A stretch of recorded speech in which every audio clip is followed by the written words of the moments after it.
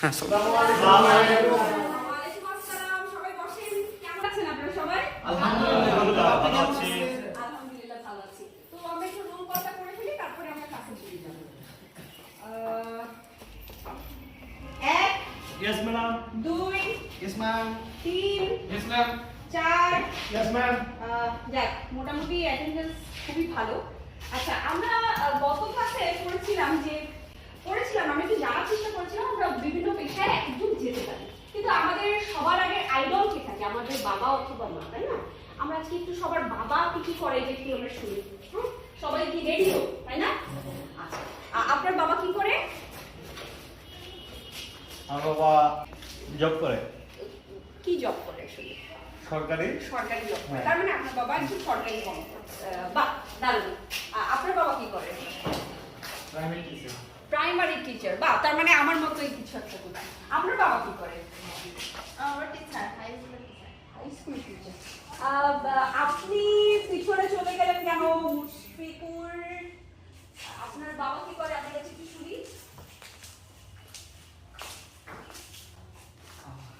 আমার বাবা আসলে হচ্ছে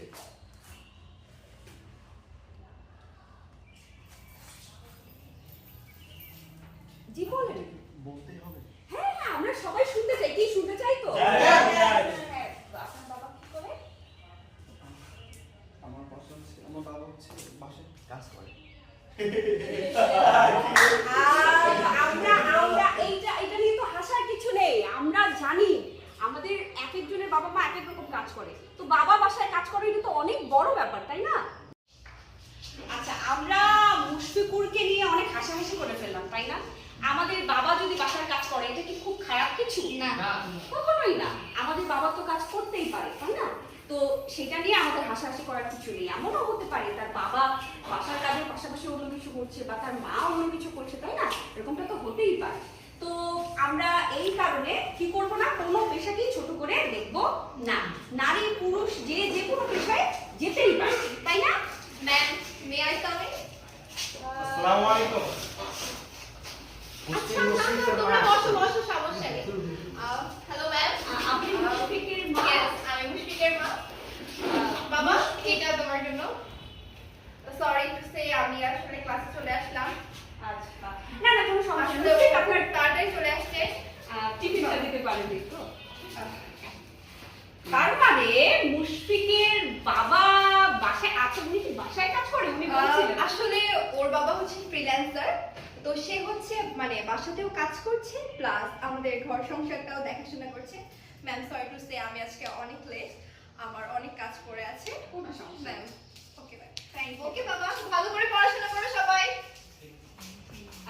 দেখেছেন, তার বাবা কিন্তু বাসার কাজ করে না। মুশফিক ছোট্ট মানুষ, তাই বলতে পারেনি। তার মানে তার বাবা ফ্রিল্যান্সিং করছে, পাশাপাশি তার বাবা পরিবারটাকেও দেখছে। এটা একটা আমাদের জন্য দৃষ্টান্তও হতে পারে, তাই না? মাকে কি দেখলাম, একজন পুলিশ অফিসার। মুশফিক, আপনার জন্য অনেক অনেক শুভকামনা। আমরা সবাই মুশফিকের জন্য একটা জোরে হাততালি দিই।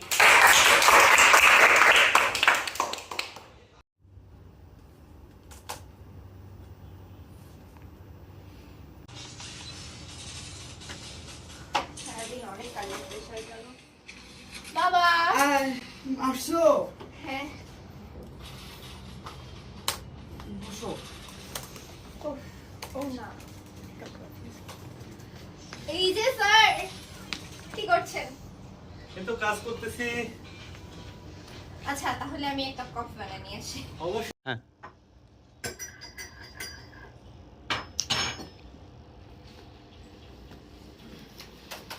এই যে স্যার, আপনার চা। ম্যাডাম, আপনার এক কাপ চায়ের জন্য আমি সারাদিন অপেক্ষা করি। হইছে। এক কাপ চা আমার সারাদিনের ক্লান্ত দূর করে দেয়। আর ইয়ে করিও না। আচ্ছা স্যার, আপনি তো প্রতিদিনই হচ্ছে খাবারটা বানান। কালকে যেহেতু স্যার আমার ছুটি, তাহলে কালকের খাবারটা আমি বানাই। ঠিক আছে ম্যাডাম, তাহলে আমিও কালকে ছুটি নেই। ঠিক আছে। আমি কি করব? আমি তুমি? হ্যাঁ। তুমি আমাদের সাথে সবজি কাটবা। একজন নারী নেতৃত্ব দিলে হয় অহংকারী, আর একজন পুরুষ যত্ন নিলে হয় দুর্বল। এই সমাজ এখনো আমাদের মানুষকে নেতৃত্ব দিয়ে বিচার করা শেখেনি। সমাজ এখন মানুষকে তার চরিত্র দিয়ে না, জেন্ডার দিয়ে বিচার করে। কিন্তু ইতিহাস বদলেছে যারা, সেই মানুষগুলোই যারা স্টেরিওটাইপ ভেঙেছে। তাই নেতৃত্বে নারী স্বাভাবিক, যত্নে পুরুষ স্বাভাবিক। শুধু সেই চিন্তা যেখানে সাহসেরও জেন্ডার আছে, জেন্ডার আছে ভালোবাসার। চলুন ভেঙে ফেলি স্টেরিওটাইপ।